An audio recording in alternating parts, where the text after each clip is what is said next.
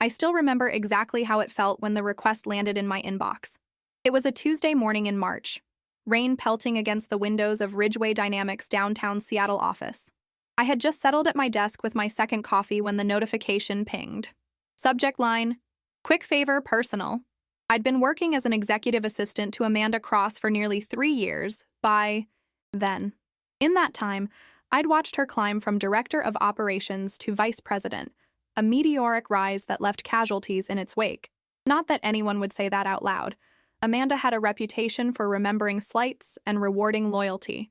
Aaron, the email began, I need someone I can trust to handle Amber's birthday party next month. Nothing fancy, just 40 people, backyard event at our place. You're so good with logistics. Can you take care of it? I stared at my screen, blinking, certain I'd misunderstood. Amber was her daughter, the one whose school photos decorated Amanda's desk, but whom she rarely mentioned otherwise. The child she was perpetually too busy to pick up from soccer practice. And she wanted me to plan her birthday party? As a quick favor? I glanced towards Amanda's office. Through the glass walls, I could see her on a call, gesturing emphatically, perfectly highlighted blonde hair swinging with each authoritative nod. Catching my eye, she pointed at her screen and raised her eyebrows. My stomach tightened. I knew that look. I typed, I'm happy to help, but just to clarify, is this something I'd work on during office hours? 3 dots appeared. Immediately.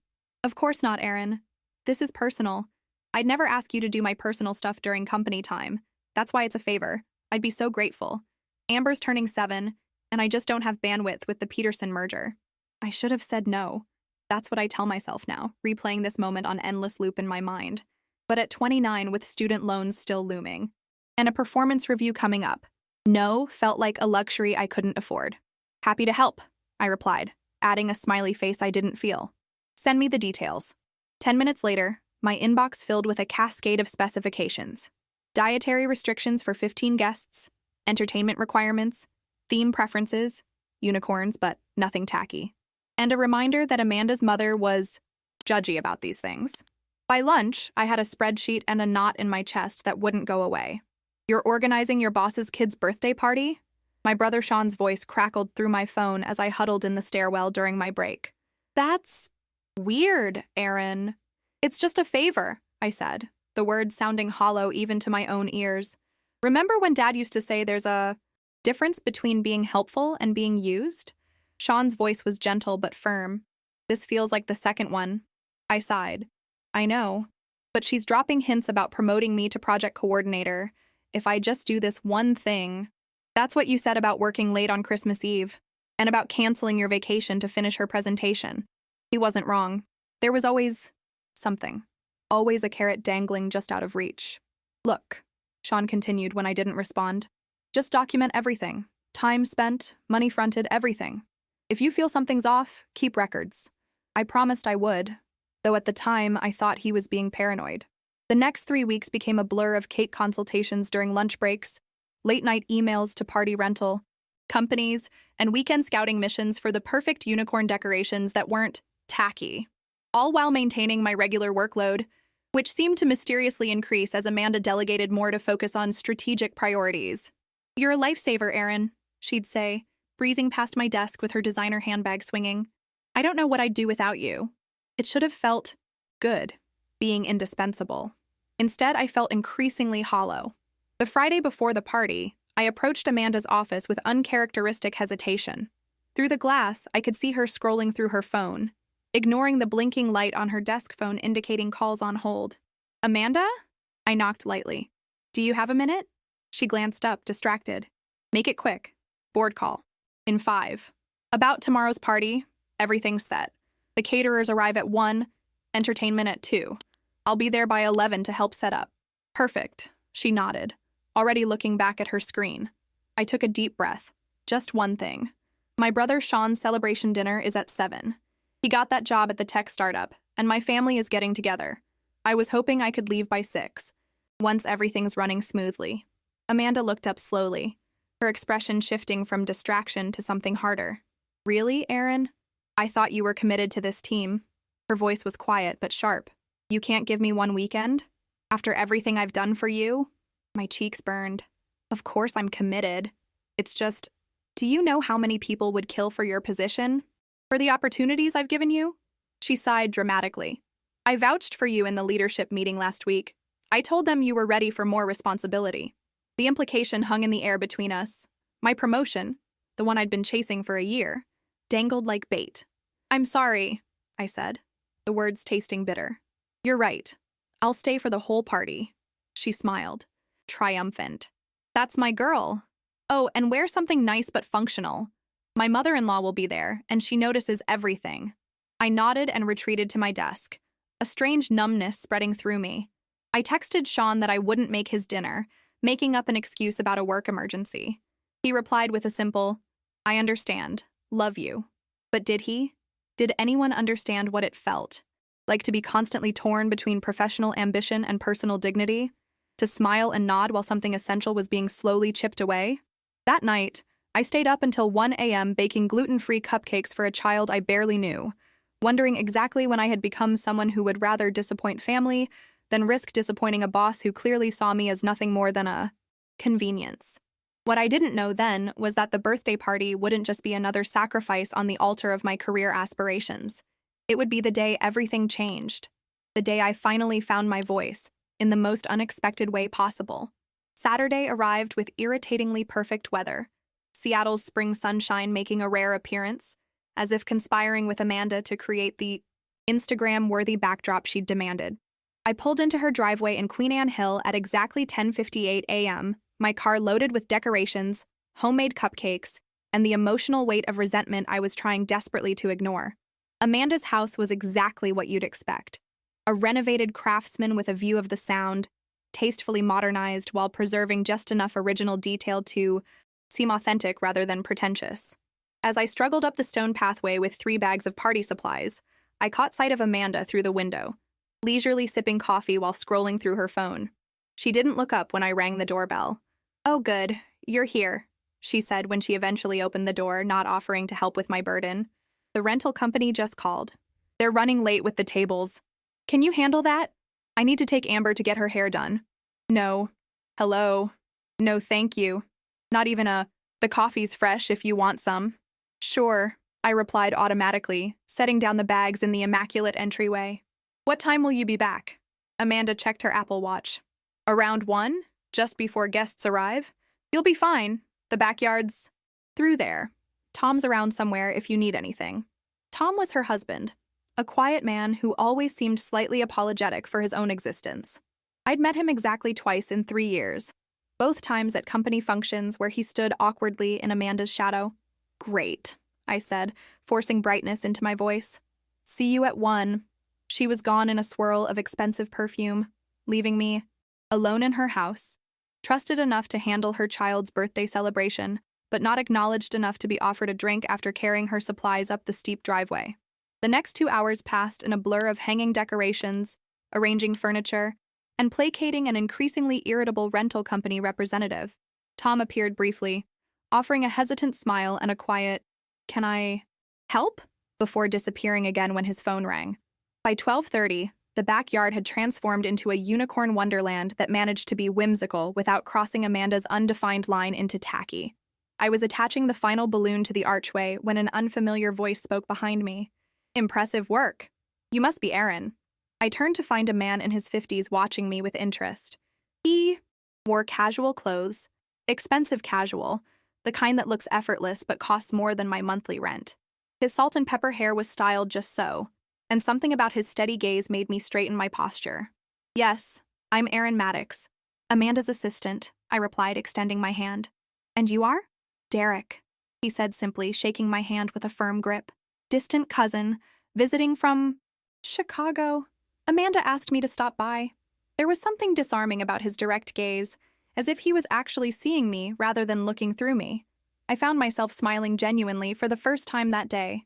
Well, Derek from Chicago, would you mind helping me with these last few balloons? I could use someone taller. He laughed and stepped forward. Gladly.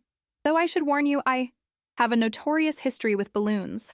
My daughter's 5th birthday ended with me popping half the decorations before the party even started. As we worked, Derek asked questions. Real questions. Not the performative small talk I was used to.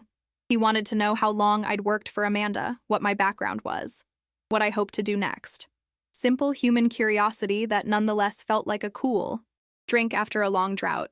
By the time Amanda returned with a perfectly coiffed Amber, Derek and I had finished the decorations and were laughing about my disastrous attempt to make unicorn-shaped sandwiches.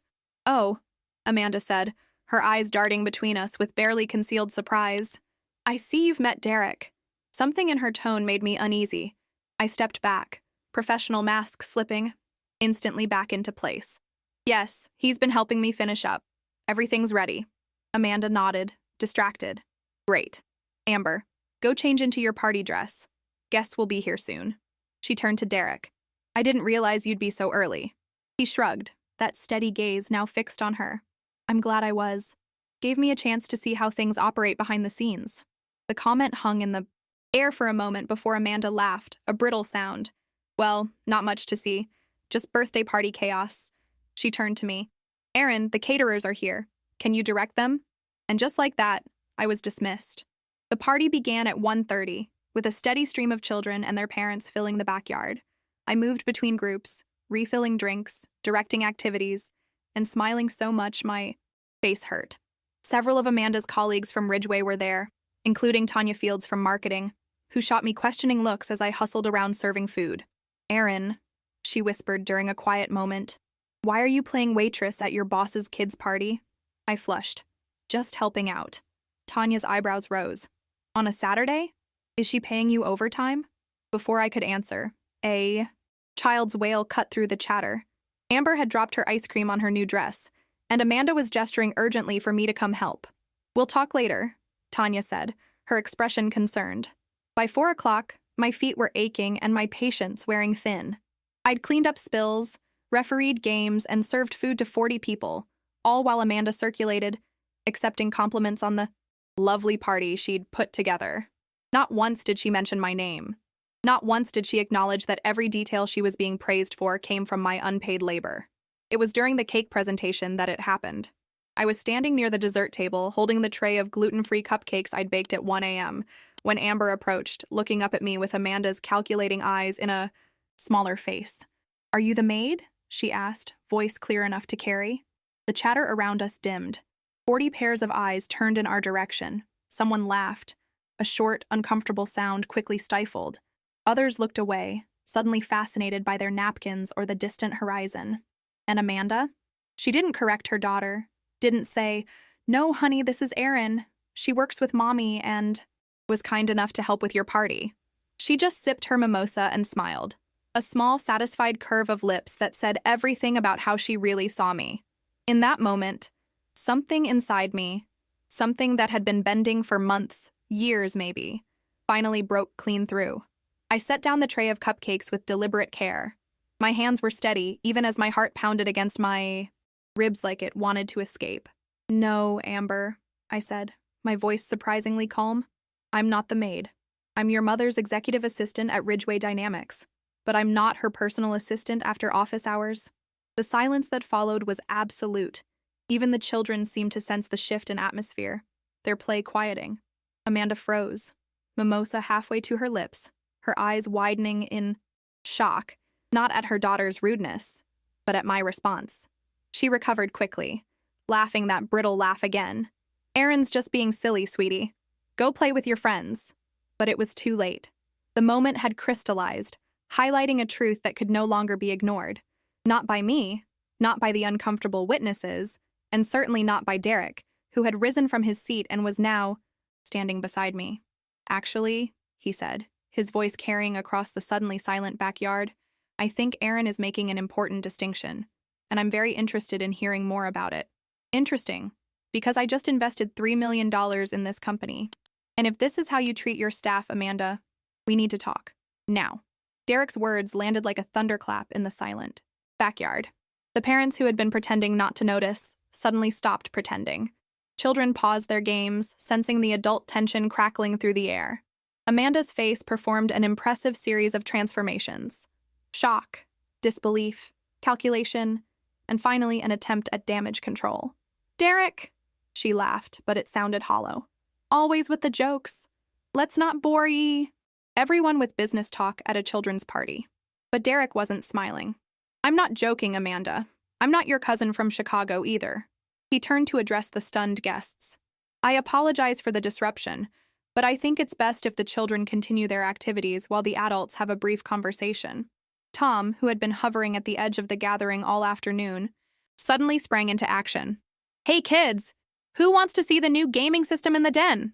His forced enthusiasm nonetheless worked its magic, and soon most of the children were streaming inside, followed by relieved parents eager to escape the brewing confrontation. I stood rooted to the spot, my heart hammering so loudly I was certain everyone could hear it. What was happening? Who was Derek? Really? Amanda's smile had vanished completely. Aaron, why don't you help Tom with the children? It wasn't a suggestion, it was a command. One I had followed automatically for 3 years. But not today. I think I should stay, I said quietly, since this appears to concern me. Tanya Field stepped forward, positioning herself subtly beside me. I'll stay too, she announced, her eyes fixed challengingly on Amanda. Derek nodded appreciatively at both of us before turning back to Amanda. I've been conducting due diligence on Ridgeway Dynamics for the past month. The board brought me in as a potential investor, but I made it clear I needed to assess the company culture before committing. He gestured toward me. So I've been observing, quietly, coming to company events, meeting with different departments, and what I've seen has been impressive, except for one consistent issue that kept surfacing in my conversations. Amanda's complexion had gone from flushed to ashen. We should discuss this privately, Derek. Why? He asked simply. You didn't seem concerned about privacy when you allowed your daughter to humiliate a member of your team in front of 40 people. When you smiled at it. The remaining adults had formed a loose semicircle around us. I recognized several Ridgeway employees among them, their expressions a mix of discomfort and vindication. Aaron, Derek turned to me, his voice gentler. How long have you been planning this birthday party? I swallowed hard. 3 weeks. During work hours? No. Evenings and weekends. Were you compensated for this time? No. My voice was barely audible. And was this the first personal favor you've been asked to perform? The question hung in the air. 3 years of accumulated small favors flashed through my mind. Picking up dry cleaning, scheduling hair appointments, wrapping Christmas gifts for Amanda's extended family, researching private schools for Amber, even walking Amanda's dog during a weekend when the regular walker canceled. No, I said, louder this time. It wasn't the first. Amanda's face had hardened into a mask of cold fury. Erin has been amply compensated through her salary and bonuses, and if she had an issue with any requests, she should have spoken to me directly instead of creating this spectacle. That was when Tanya snorted, an undignified sound that cut through Amanda's practiced corporate speak. Spoken to you directly? Tanya repeated incredulously. Like Maya did before she was suddenly reorganized out of her position? Or like Trevor, who brought up concerns about unpaid overtime and mysteriously lost his team lead role? Other Ridgeway employees were nodding now, emboldened by Tanya's words. It's not just Aaron, someone else added. Derek. From accounting, his usual timidity replaced by quiet conviction. It's a pattern. Amanda's eyes darted around the circle, calculating her odds. I could almost see her mind working, trying to identify allies, formulate explanations, find an escape route. This is ridiculous, she finally declared. I've driven record growth for Ridgeway. I've brought in clients no one else could land. My team consistently outperforms every other division. If I occasionally need additional support, it's not about the support, I interrupted, surprising even myself. It's about the respect. All eyes turned to me. I took a deep breath. I would have helped with this party if you'd asked me as a person. If you'd acknowledged it was above and beyond. If you'd offered to compensate me. If you'd given me credit for the work. But you didn't. You expected it. And when your daughter called me the maid, you smiled because that's exactly how you see me. As someone who exists to serve you, without boundaries, without recognition. My voice was shaking, but I kept going. I've stayed late without complaint. I've covered for you in meetings. I've rewritten reports you took credit for. I believed in Ridgeway's mission and my role in it. But today, watching you smile when your daughter called me the maid, I realized you don't see me as a professional or even as a person. You see me as property. The backyard had gone completely silent. Even the distant sounds of children playing inside seemed muted, as if the world itself was holding its breath. Amanda's expression had shifted again, a calculated softening. Aaron, I think you've misunderstood. I value you tremendously. Why do you think I've been mentoring you, giving you these opportunities to prove yourself? If you felt overwhelmed, you should have said something. It was gaslighting at its finest, reframing exploitation as opportunity, placing the burden of boundary setting on the person with less power. A tactic I'd seen her use countless times with others, with me. But this time, I wasn't alone. That's not mentoring, Derek said quietly. That's manipulation. He turned to me again. Aaron, do you have any documentation of these additional duties? Hours worked, requests made, anything? My brother Sean's voice echoed in my head. If you feel something is off, keep records. Yes, I said, reaching for my phone. I have everything. Emails, texts, a spreadsheet of hours, receipts for expenses I was never reimbursed for. I pulled up the folder labeled "Just in Case" and handed my phone to Derek. As he scrolled through, his expression grew increasingly grave. I see, he said finally. Well, Amanda, I think we have a lot to discuss on Monday morning. He turned to me.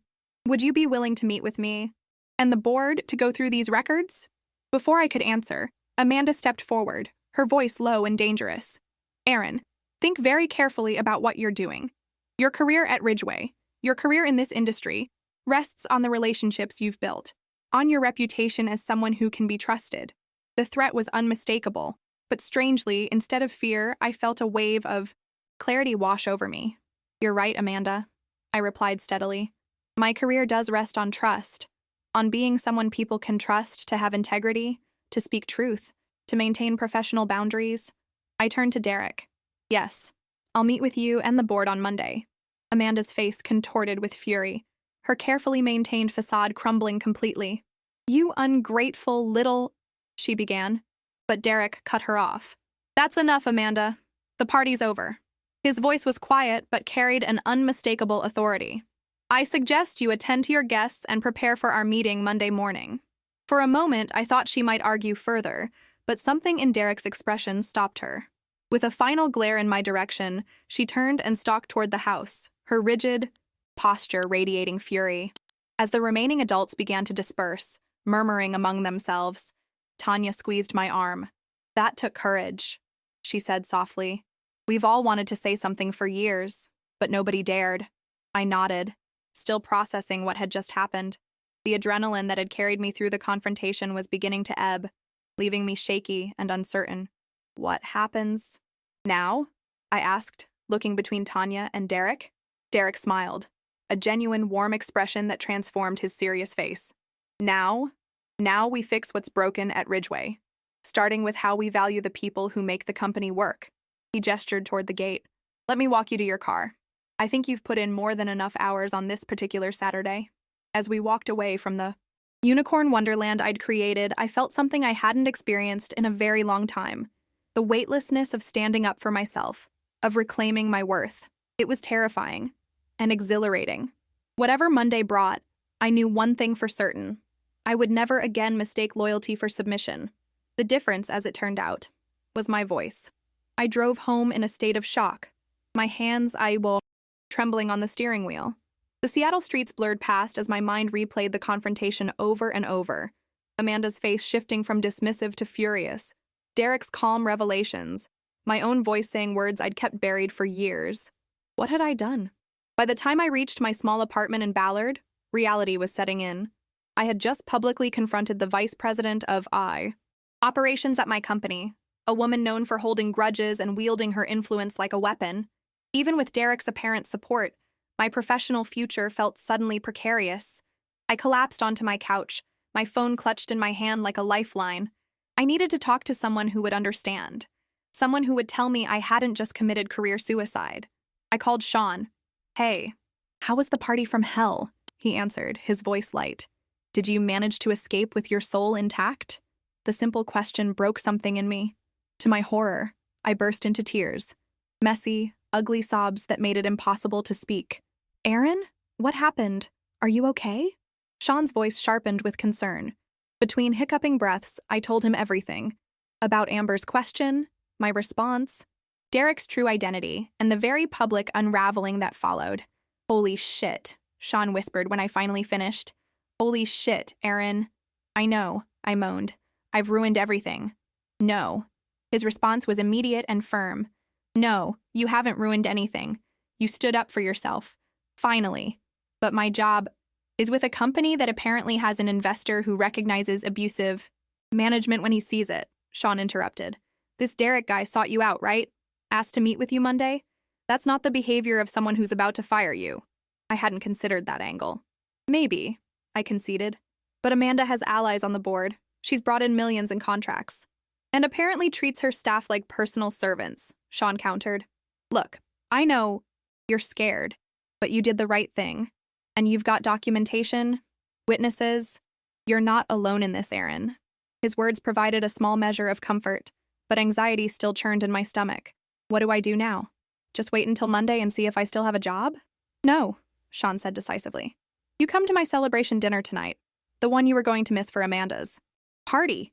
Everyone's still coming at 7. You put on something that makes you feel powerful, you bring a bottle of wine, and you let your family remind you who you are. I glanced at the clock, 5:30 p.m. The thought of socializing, of explaining what had happened, felt overwhelming. But the alternative was sitting alone in my apartment, catastrophizing until Monday morning. Okay, I agreed, reluctantly. But I'm not telling everyone what happened. Not yet. Fair enough, Sean said. Just be prepared for Mom to ask why you look like you've been crying. 2 hours later, I was sitting at a table in Sean's favorite Italian restaurant, surrounded by family and the warmth of shared laughter. I'd done my best to conceal the evidence of my emotional breakdown, but my mother's knowing eyes missed nothing. What's wrong, sweetheart? She asked quietly while the others were distracted by Sean's animated retelling of his job interview. I hesitated, then gave her the abbreviated version. Difficult situation at work, confrontation with my boss, uncertain outcome. She listened without interrupting, her hand covering mine on the table. When I finished, she squeezed my fingers gently. No, she said. I spent 15 years working for a woman who treated me like I was disposable. Every day, I swallowed my pride because I needed the job, because I thought that's what professionals do. This was news to me. My mother had been an administrative assistant at a law firm for most of my childhood, but she rarely spoke about the specifics of her work. What happened? I asked. She smiled, a small, sad curve of her lips. Nothing dramatic. One day, I just realized I'd spent more time with a woman who didn't respect me than with my own children. And for what? A paycheck that barely covered our expenses? The empty promise of advancement that never materialized? She shook her head. I quit the next day. Found a job at a smaller firm with people who valued my contributions. Less prestige, same money, but I got my dignity back. Weren't you scared? I asked, thinking of my own fear about Monday's meeting. Terrified, she admitted, but not as scared as I was of waking up 10 years later, still letting someone else determine my worth.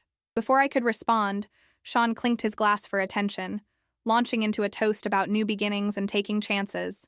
As glasses were raised around the table, my mother leaned close and whispered, "Whatever happens Monday, remember this. No job is worth your self-respect, and the right people will value not just what you do, but who you are." The rest of the evening passed in a blur of good food, better company, and the gradual easing of the knot in my chest. By the time I hugged everyone goodbye, the panic that had gripped me earlier had subsided to a low-grade anxiety, still present, but manageable. Sunday brought rain again, sheets of it hammering against my windows as if trying to wash away the previous day's drama. I spent the morning organizing my documentation, screenshots of text messages requesting personal favors, emails with the subject line, "Quick personal thing," my meticulous spreadsheet tracking hours, spent on Amanda's non-work demands. The evidence was overwhelming when viewed collectively. 3 years of small encroachments, each seemingly insignificant on its own, forming a pattern of exploitation that was impossible to ignore. Around noon, my phone buzzed with a text from an unknown number. "Aaron, this is Derek Rothman.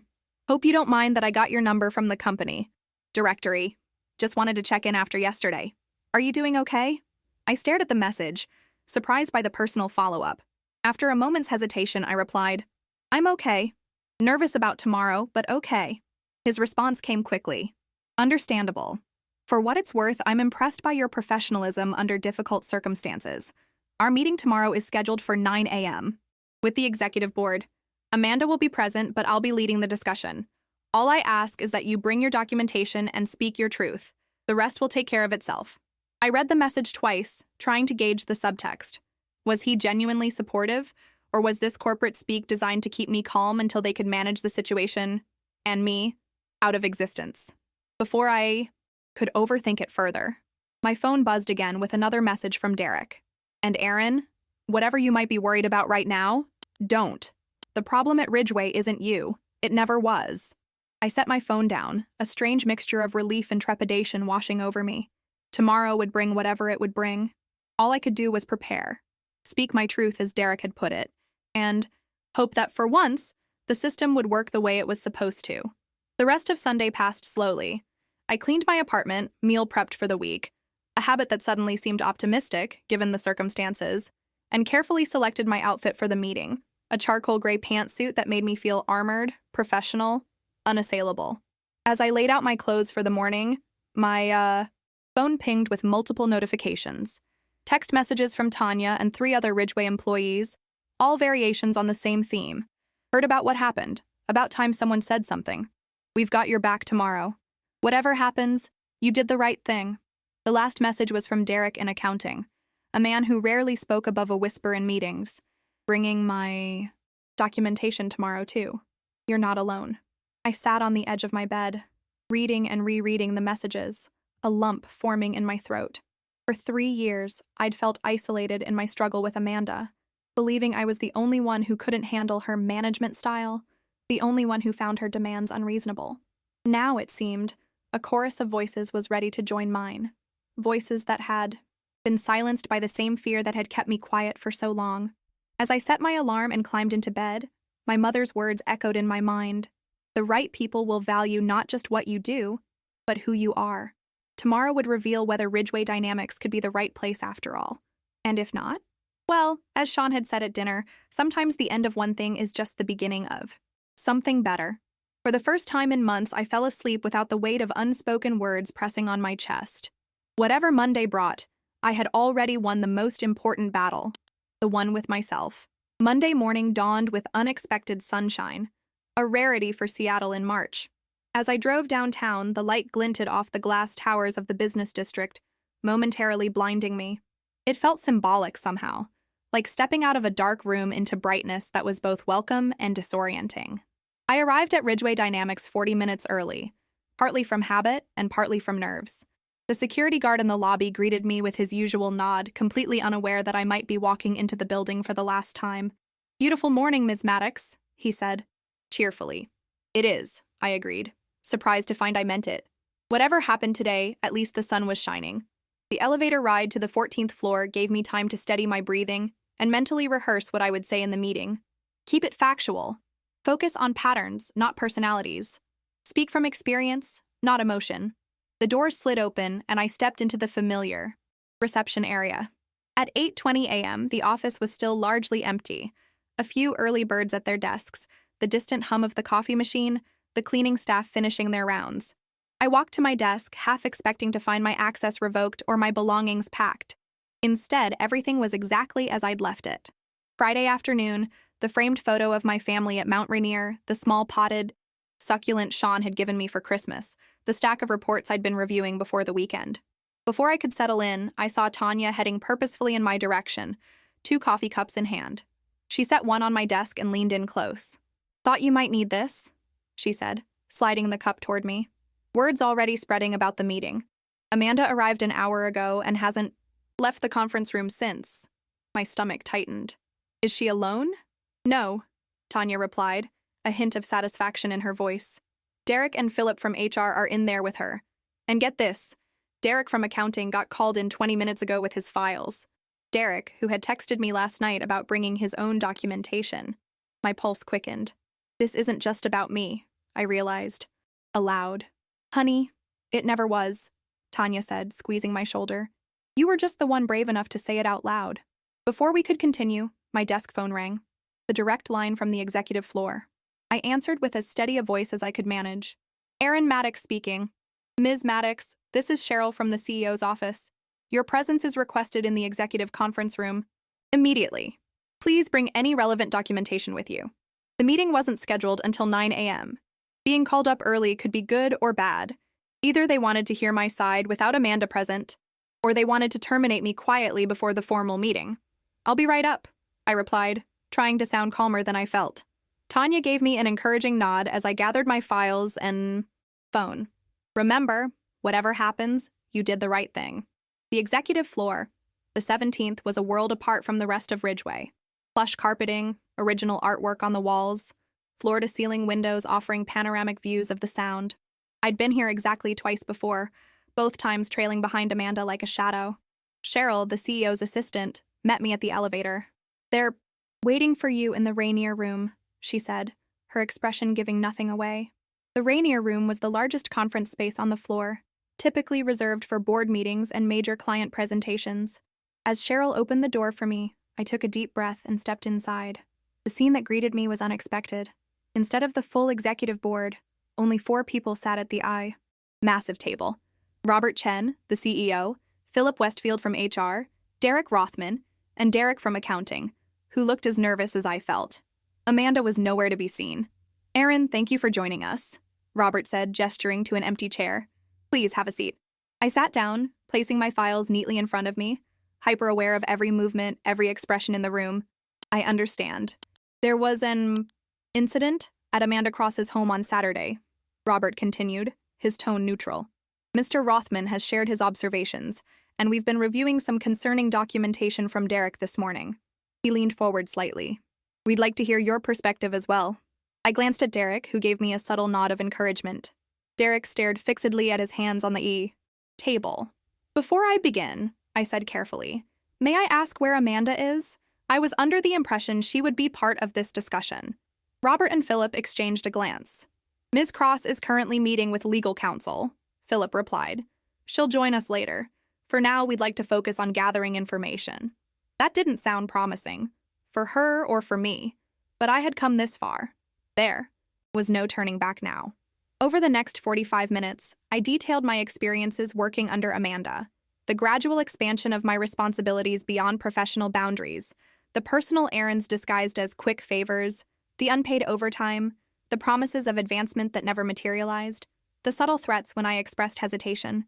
I shared screenshots of text messages sent at midnight demanding immediate responses, emails requesting personal services, and my spreadsheet tracking hours spent on non-work tasks. This past Saturday was not an isolated incident, I concluded. It was simply the first time it happened in front of witnesses who weren't also under Amanda's authority. When I finished, the room was silent for a long moment. Robert studied the documentation I'd provided, his expression unreadable. Philip made notes without looking up. Derek shifted uncomfortably in his seat. Only Derek maintained eye contact with me, his steady gaze communicating something I couldn't quite decipher. Approval? Respect? Resolve? Finally, Robert broke the silence. "Thank you for your candor, Aaron. This aligns with what we've heard from Derek about financial irregularities in expense reporting, and with concerns Mr. Rothman raised during his due diligence process." He closed the folder containing my documentation and looked directly at me. "I want to be very clear about something. What you've described is not acceptable at Ridgeway Dynamics. It never has been. The fact that it continued for so long represents a significant failure on our part to create a safe reporting environment." His words were measured, corporate, but the sentiment behind them seemed genuine. Still, I had worked in business long enough to know that acknowledgement didn't always translate to action.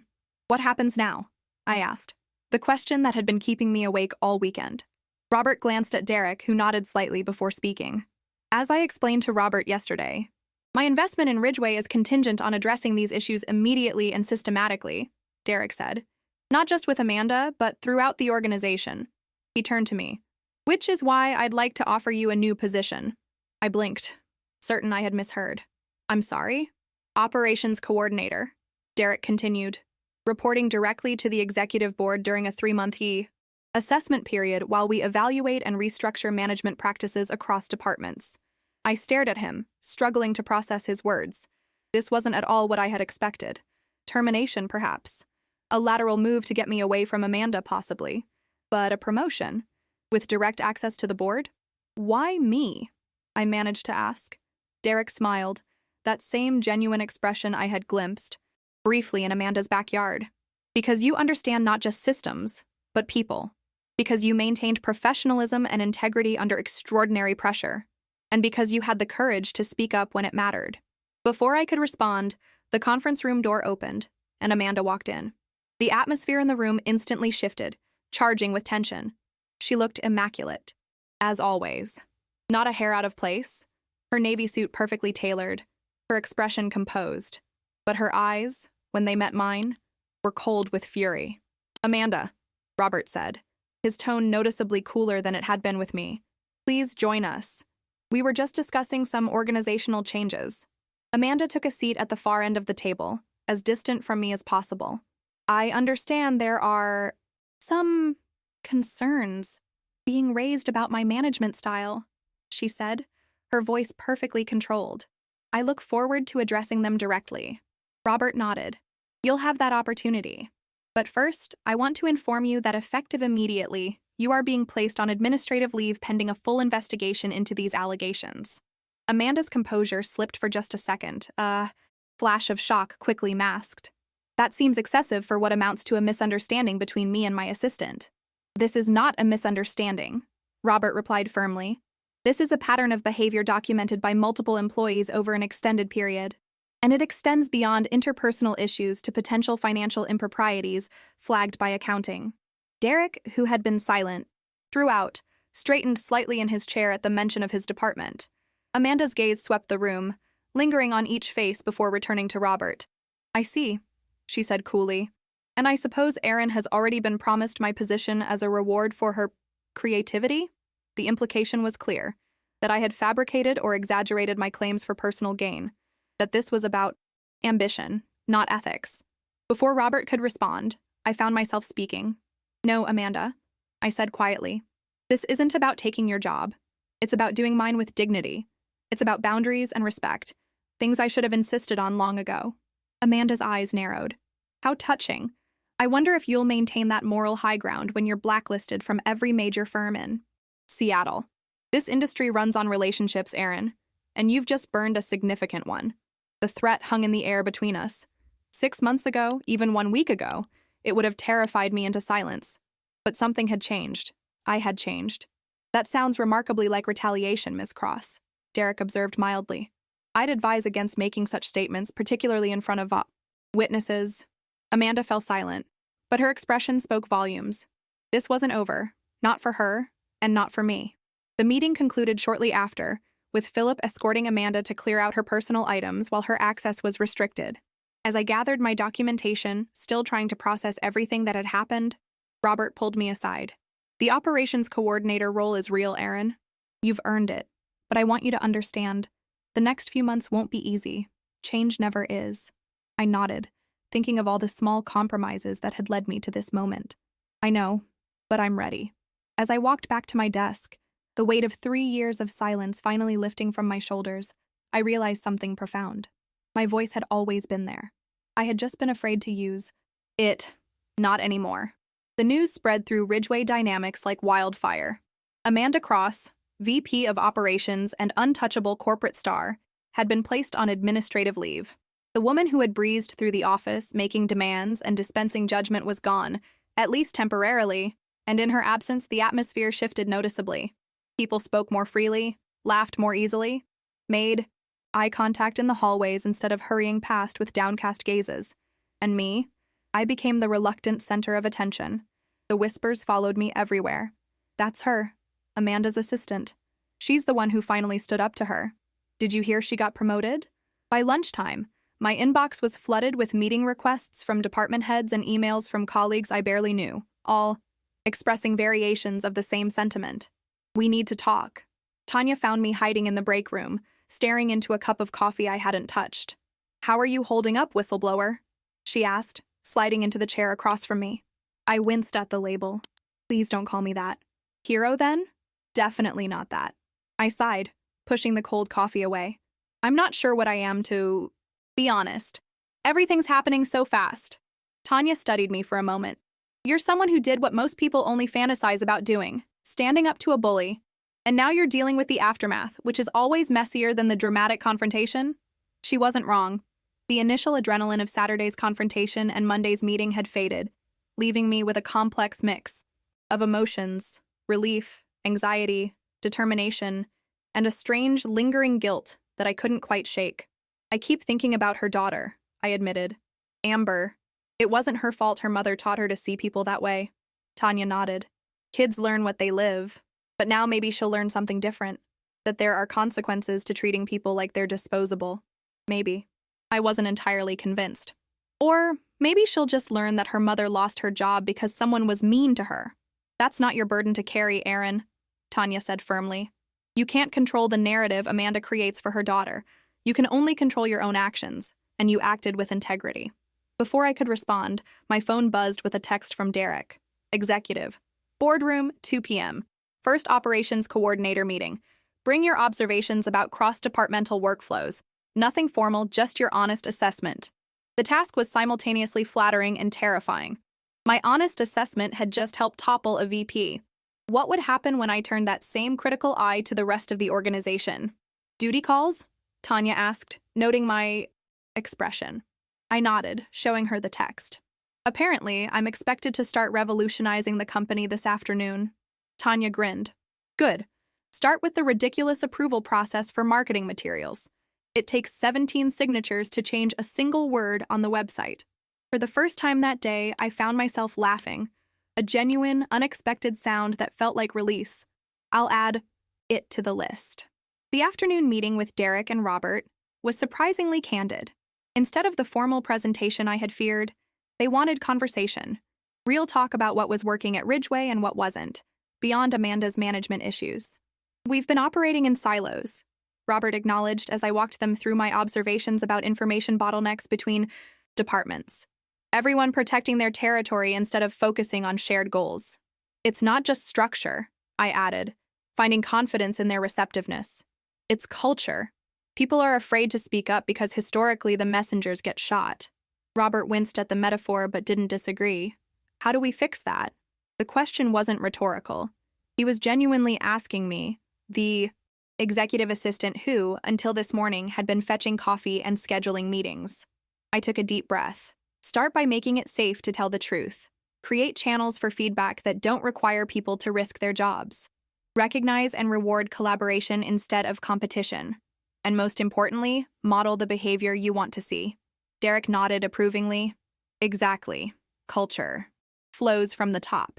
If leadership treats people as expendable resources, that becomes the company standard. By the end of the meeting, we had outlined a preliminary strategy for organizational assessment, a combination of anonymous surveys, facilitated department discussions, and one-on-one interviews that would give us a comprehensive picture of Ridgeway's strengths and weaknesses. This is excellent work, Aaron, Robert said as we wrapped up. I'm looking forward to seeing what you can accomplish in this role. The validation felt good, better than I wanted to admit after years of having my contributions minimized or appropriated. But as I gathered my notes, a nagging question resurfaced. What happens with Amanda? After the investigation, I mean. Robert and Derek exchanged glances. That will depend on the findings, Robert replied carefully. But I'll be honest with you, regardless of the outcome, I don't see her returning to her previous position. The trust has been broken. I nodded, unexpectedly conflicted.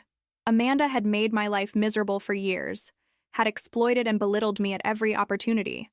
I should have felt triumphant at her downfall. Instead, I felt something closer to sadness, not for the loss of her authority, but for the waste of her potential. Amanda was brilliant, driven, and capable. She could have been an exceptional leader if she'd understood that true power comes from lifting others, not standing on them. For what it's worth, I said quietly, I don't want her career destroyed. I just wanted the behavior to stop. Derek studied me with that same penetrating gaze I'd noticed at the party. That's why you're in this role now, Aaron, because you understand the difference between accountability and vengeance. As I walked back to my desk, my old desk, soon to be relocated to an office more befitting my new role, my phone buzzed with a text message. The number was unfamiliar, but the content made my blood run cold. Congratulations on the promotion. Betrayal clearly pays well. Enjoy it while it lasts. I didn't need caller ID to know who had sent it. The threat was clear. This wasn't over. Not for Amanda. I should have been frightened. Instead, I felt a strange calm settle over me. Whatever came next, I would face it standing up, not cowering. I had found my voice, and I wasn't going to lose it again. When I got home that evening, exhausted but exhilarated by the day's events, I found a small package waiting at my door, a delivery from Sean. Inside was a framed quote, elegant in its simplicity. "Courage is not the absence of fear, but the triumph over it." Beneath the quote, he had added a handwritten note. "Proud of you, sis. Always knew you had it in you." I placed the frame on my bedside table. Reminder for the challenging days I knew were ahead. The battle wasn't over. Organizational change never happens overnight, and wounded egos like Amanda's rarely retreat quietly. But for the first time in years, I wasn't fighting alone. And for the first time in maybe forever, I was fighting as my whole self, not the diminished version I had allowed myself to become in the shadow of someone else's demands. As I drifted off to sleep that night, one thought followed me into dreams. Sometimes, the most powerful thing you can say is simply, no, and mean it. 3 months passed like a whirlwind. Spring surrendered to summer, and Seattle transformed from its perpetual gray to vibrant green. The city seemed to shed its winter skin, much as Ridgeway Dynamics was shedding its old culture, painfully, at times, but with undeniable progress. My role as operations coordinator had evolved from theoretical to intensely practical.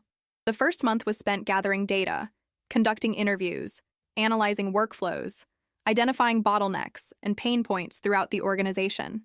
The second month focused on developing solutions, collaborative processes, transparent reporting structures, accountability measures that emphasized growth over punishment. Now, in the third month, we were implementing changes. And change, as Robert had warned me that first day, was never easy. "I don't understand why we need to change the approval process," complained Marcus from product development during our latest cross-department meeting. "The old system worked fine." "Did it?" I asked, not unkindly. "The data shows the average product update took 43 days to move from conception to implementation. That's almost double the industry standard." "That's because we're thorough," Marcus insisted, though his conviction seemed to waver as others around the table nodded in agreement with my assessment. "Being thorough is valuable," I acknowledged, "but so is being responsive. The new process maintains quality control while eliminating redundant approvals. We're not asking you to work faster. We're removing the obstacles that have been slowing you down." By the end of the meeting, even Marcus had reluctantly agreed to trial the new system. It was a small victory, but these incremental wins were adding up to significant change. The atmosphere at Ridgeway was lighter, more collaborative. People were bringing problems forward instead of hiding them, offering solutions instead of just complaints. Not everyone was on board, of course. A core group of Amanda's former allies remained skeptical, watching from the sidelines, waiting for me to fail. They had built their careers on the old system, one that rewarded political savvy over merit, loyalty over innovation. Their resistance was expected. What I hadn't anticipated was how little it bothered me. "You're different," Tanya observed over lunch one day. "More confident." I smiled, considering her assessment. "Not more confident, just more comfortable being myself." "Well, whatever it is, it's working. People listen when you speak now." "They always listened," I corrected her. "They just didn't hear me because I was whispering." I've stopped whispering. The investigation into Amanda's conduct had concluded 2 months earlier, resulting in her formal separation from Ridgeway. The official statement cited mutual agreement to pursue different opportunities, but the reality, as everyone knew, was less amicable. The financial audit had uncovered multiple instances of expense manipulation, personal costs, disguised as business expenses, unauthorized bonuses to herself, client entertainment budgets used for family vacations. Combined with the documented pattern of workplace misconduct, the evidence was damning. Amanda left without a public fight, likely advised by her attorneys that a quiet exit was preferable to a messy legal battle that would further damage her reputation. But her parting shot came in the form of subtle back-channel communications to industry contacts, painting herself as the victim of a corporate coup orchestrated by an ungrateful assistant. For a few weeks, I received concerned calls from friends at other companies, asking if I was okay, if the rumors were true. Each time, I responded with the same measured clarity. I spoke up about a pattern of inappropriate behavior. The company investigated and found sufficient evidence to take action. That's all I can or will say about it. No defensiveness, no attacks, just the truth, simply stated. Eventually, The whispers faded. The business world moved on to newer, juicier gossip. And I focused on the work at hand, making Ridgeway a place where what had happened to me wouldn't happen to anyone else. On a warm, mower Friday in late June, exactly 3 months after my confrontation with Amanda, Derek requested a meeting in the small conference room we'd been using as a project space. The walls were covered with workflow diagrams, organizational charts, and handwritten notes from dozens of feedback sessions, a visual record of Ridgeway's transformation. "Quite the war room you've created," Derek observed as he entered, surveying the evidence of our work. I smiled, following his gaze around the room. "It helps to see it all laid out. Where we started, where we're going." He nodded, then turned to face me directly. "Your 3-month assessment period ends today." My pulse quickened. Despite the positive changes, despite the generally supportive feedback, a lifetime of professional insecurity doesn't vanish overnight. Part of me, a smaller part than before but still present, braced for disappointment. "Yes," I acknowledged, keeping my voice steady.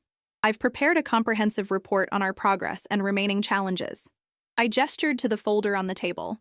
Derek left it untouched. "I don't need to read it. I've been watching the transformation firsthand. The board has as well." He paused, his expression thoughtful. "When I first came to Ridgeway for due diligence, I saw a company with tremendous potential being undermined by toxic leadership. What I couldn't see was who might have the vision and courage to help correct course. Until a birthday party," I supplied, the memory of that day still vivid despite the months that had passed. Derek smiled. "Until a birthday party, where someone finally said what needed to be said, not in anger or revenge, but in simple defense of dignity." He picked up the folder, finally, but still didn't open it. "The board met yesterday to discuss your permanent role at Ridgeway. We'd like to offer you the position of Director of Organizational Development, a new role focused on maintaining the cultural changes you've initiated and ensuring our systems continue to serve our people, not the other way around." I blinked, processing his words. "Director? That's several levels above where I was." "It's exactly where you should be," Derek countered. "Your understanding of this organization, its strengths, its weaknesses, its potential, is unmatched. More importantly, you've demonstrated the integrity and courage necessary to lead meaningful change." He set the folder down and extended his hand.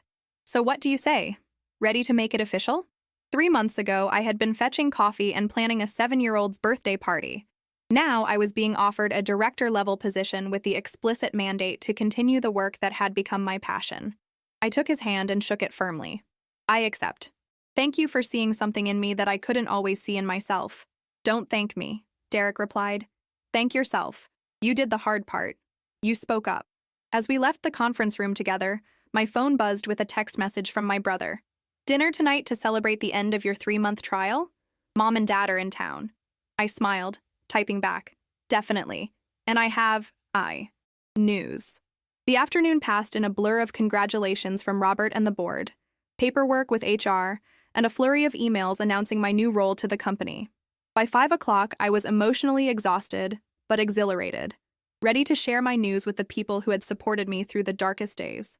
As I gathered my things to leave, Tanya appeared at my desk, grinning widely. "Director of Organizational Development? Look at you, changing the world." I laughed. "Hardly. Just one company." "For now," she said with a wink. "But hey, before you go, there's someone here to see you." I looked up to see a familiar figure hovering uncertainly near the reception area. Tom Cross, Amanda's husband. My stomach tightened instinctively. "What's he doing here?" I whispered to Tanya.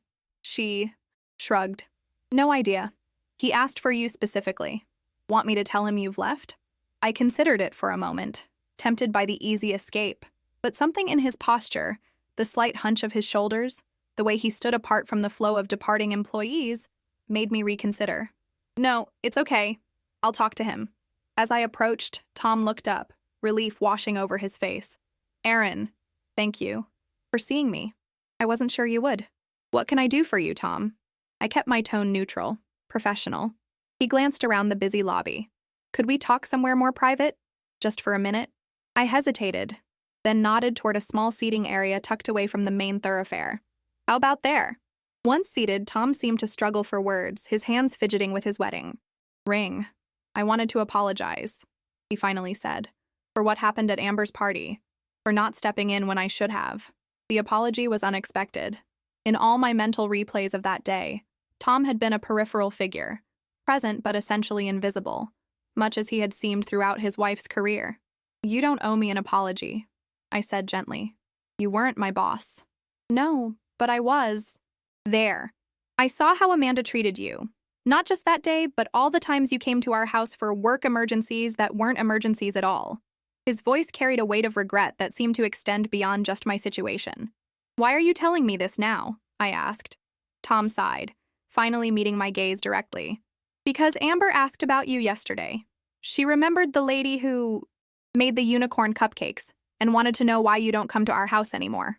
The mention of Amber caught me off guard. Despite everything, I had a soft spot for the child who had inadvertently catalyzed such enormous change in my life. "What did you tell her?" I asked. "The truth, a simplified version anyway. That you worked for her mother, but now you have an important job helping make the company better for everyone." He paused. "And that the way her mother had treated you wasn't right."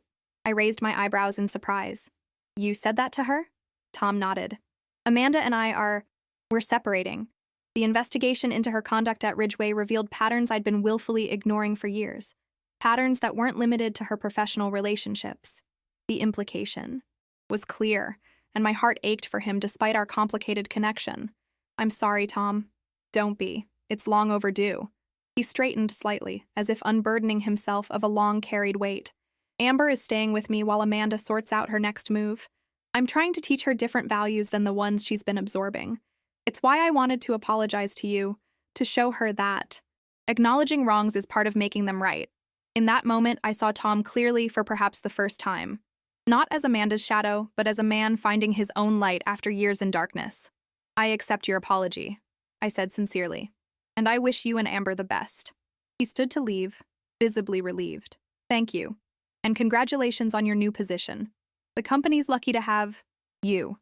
As he walked away, I felt an unexpected sense of closure, not just with the specific events of that Saturday in March, but with the larger pattern of compliance and silence that had defined too much of my professional life. The text messages from Amanda had stopped weeks ago. The whispers about my role in her downfall had faded to occasional murmurs. And now, with Tom's visit, even the lingering guilt I'd felt about Amber had eased. I gathered my things and headed out into the summer evening, where my family waited to celebrate not just a promotion, but a transformation. From someone who endured to someone who spoke. From someone who served to someone who led. The journey wasn't over. There would be new challenges, new boundaries to defend, new moments that tested my resolve. But I would face them standing upright, speaking clearly, secure in the knowledge that my worth wasn't determined by my willingness to be convenient. That night, surrounded by the people who had always seen my value, I raised a toast. To finding your voice, and never losing it again. 1 year later, I stood at the podium in Ridgeway's largest conference room, surveying the faces before me. Some familiar, many new, all attentive. The quarterly all-hands meeting had once been a dreaded ritual of corporate platitudes and thinly veiled warnings about increasing competition and the need for sacrifice. Now it was something different. A genuine forum for transparency, recognition, and collaborative problem-solving. Before we dive into department updates, I want to acknowledge a milestone. It's been exactly 1 year since we launched the Organizational Health Initiative. When we started, many of you were skeptical, and with good reason. Trust had been broken, communication had failed, people felt undervalued and overworked. Nods of recognition rippled through the audience. No one pretended the past hadn't happened. That was part of our new culture, acknowledging reality, even when it was uncomfortable. Today, I'm proud to share the results of our annual employee satisfaction survey. Overall engagement is up 37%. Retention has improved by 22%. And most significantly, 91% of you reported feeling valued and respected at work, compared to just 54% a year ago. Applause broke out, spontaneous and genuine. I let it wash over me, still adjusting to the strange sensation of public recognition after years of behind-the-scenes work. "This isn't my achievement," I continued when the room quieted. "It's ours. Every person who spoke up about a problem, offered a solution, or simply chose to believe that change was possible, you made this happen. And our work is just beginning." As I handed the microphone to Robert for the financial update, I caught Derek's eye in the front row. He gave me a subtle thumbs up, his expression satisfied but not surprised, as if he had known all along what was possible when people were given the space and safety to do their best work. The meeting continued with department heads sharing successes and challenges, employees asking questions without fear of repercussion, and collaborative problem-solving happening in real time. When we adjourned, the energy in the room remained high, with people lingering to continue discussions or offer congratulations to recognized teammates. Tanya approached as I gathered my notes. "Not bad for someone who used to organize children's birthday parties," she teased, bumping my shoulder lightly with hers. I laughed. I still have, nightmares about unicorn decorations. Speaking of nightmares, Tanya lowered her voice. "Did you hear about Amanda?" My smile faded slightly. Despite everything, I didn't take pleasure in Amanda's downfall. "No, what happened?" "She landed at Meridian Tech. Senior director role. Less prestigious than VP, but still impressive given everything. Apparently, she's working with an executive coach on her leadership style." The news was surprisingly welcome. I had never wanted Amanda destroyed. I had simply wanted the exploitation to stop. That she had found a path forward, hopefully one that involved genuine growth, felt like the right conclusion. "Good for her," I said sincerely. "Everyone deserves a second chance." Tanya studied me for a moment. "You really mean that, don't you? After everything she put you through?" I considered the question seriously. "I do. What happened with Amanda was never personal. Not for me, anyway. It was about boundaries and respect. If she's learning those lessons, that's a win for everyone who works with her now." Before Tanya could respond, my phone buzzed with a text from Sean. "Still on for dinner? Got big news." "Gotta run," I told Tanya, showing her the message. "Family dinner." "Go," she urged with a smile. "The company can survive without you for one evening." The truth of that statement, that I had built systems that functioned without constant oversight, teams that collaborated without micromanagement, was perhaps my proudest achievement of the past year. As I drove to Sean's favorite Italian restaurant, I reflected on how much had changed since that fateful Saturday. My professional transformation was the most visible shift, but the internal changes were equally profound. I no longer accepted small favors that crossed professional boundaries. I spoke up in meetings without prefacing my ideas with apologies. I maintained clear work-life separation, leaving my laptop at the office most evenings and weekends. I had even started dating again, after years of putting my personal life on hold to accommodate Amanda's unpredictable demands. When I arrived at the restaurant, my family was already seated at our usual corner table. Mom and Dad animated in conversation, Sean checking his watch with barely contained excitement. "Finally!" he exclaimed as I slid into my seat. "Some of us have life-changing announcements to make." The meeting ran long, I explained, accepting the glass of wine my father had already ordered for me. "What's this big news?" Sean exchanged glances with our parents, who nodded encouragingly.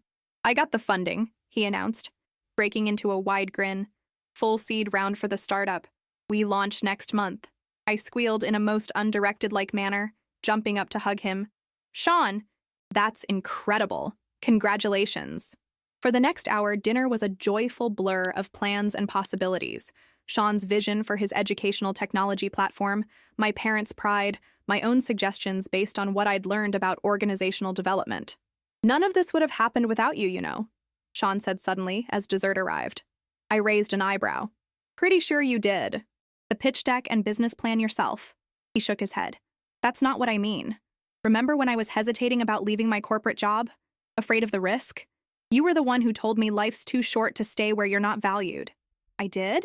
The conversation was vaguely familiar, but I couldn't place it precisely. "After that birthday party, when everything changed for you?" Sean leaned forward, suddenly earnest. "You said something I'll never forget. If you don't set boundaries, someone else will set them for you.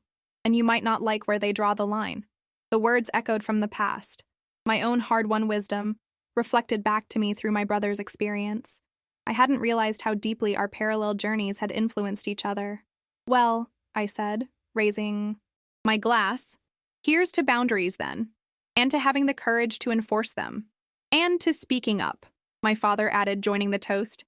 "Even when your voice shakes." "Especially then," my mother corrected gently. As we clinked glasses, I felt a profound sense of completion. Not because the journey was over, but because I now understood it was never about winning or losing, succeeding or failing. It was about reclaiming the power to define my own worth, to draw my own lines, to use my own voice. The next morning, I arrived at Ridgeway earlier than usual, drawn by a strange nostalgia. 1 year ago today, I had sat at my old desk, the executive assistant's desk, wondering if I still had a job. Now, I had my own office, a team that reported to me, and the explicit mandate to ensure that what happened to me wouldn't happen to anyone else. I walked through the quiet office before most employees arrived, appreciating the physical changes that reflected our cultural shift. Collaboration spaces where walls had once divided departments, a transparent meeting room schedule that prevented the secretive power plays of the past, comment boxes for anonymous feedback, and a prominently displayed set of company values that began with respect for every individual's dignity and contribution. When I reached my office, I found a small package on my desk with a note in Derek's handwriting. For your wall, a reminder of where it all began. Inside was a framed photograph taken at last month's company picnic. The entire Ridgeway team, nearly 200 people, gathered on a sunny afternoon at the park. Front and center was a small girl with familiar features, Amber, now 8, who had attended with her father, Tom, now dating our marketing director. The caption beneath the photo read simply, "None of us is just one thing. Assistant, director, parent, colleague. We are whole people deserving of whole respect." I hung the frame on the wall opposite my desk, where I would see it every day, a reminder not of Amanda or the birthday party, but of the fundamental truth that had changed everything. Dignity is not negotiable, and the moment you decide to stand for it is the moment everything can change. Later that morning, as my team gathered for our weekly check-in, a new assistant, one who was treated with respect, compensated fairly, and given clear professional boundaries, asked me a question that made me smile. "How did you know it was the right time to speak up? Weren't you afraid of the consequences?" I thought about it for a moment, wanting to give her the honest answer she deserved. "I was terrified," I admitted, but I finally realized something important. The consequences of staying silent were already destroying me, piece by piece, day by day. Speaking up wasn't the risk. Continuing to accept the unacceptable was. She nodded thoughtfully, and I saw in her expression the same quiet determination I had discovered in myself. "The right time to speak your truth," I continued, "is whenever you're ready. And when you do, you might be surprised by how many others were just waiting for someone to go first." As the meeting continued around me, I felt a deep sense of rightness. Not the temporary satisfaction of vindication or revenge, but the lasting peace of alignment between who I was and how I lived. The path hadn't been easy, and there would be new challenges ahead, but I would face them standing in my full height, speaking in my full voice. Because I had learned the most important lesson of all. Loyalty has its limits, and the most important loyalty is to your own dignity.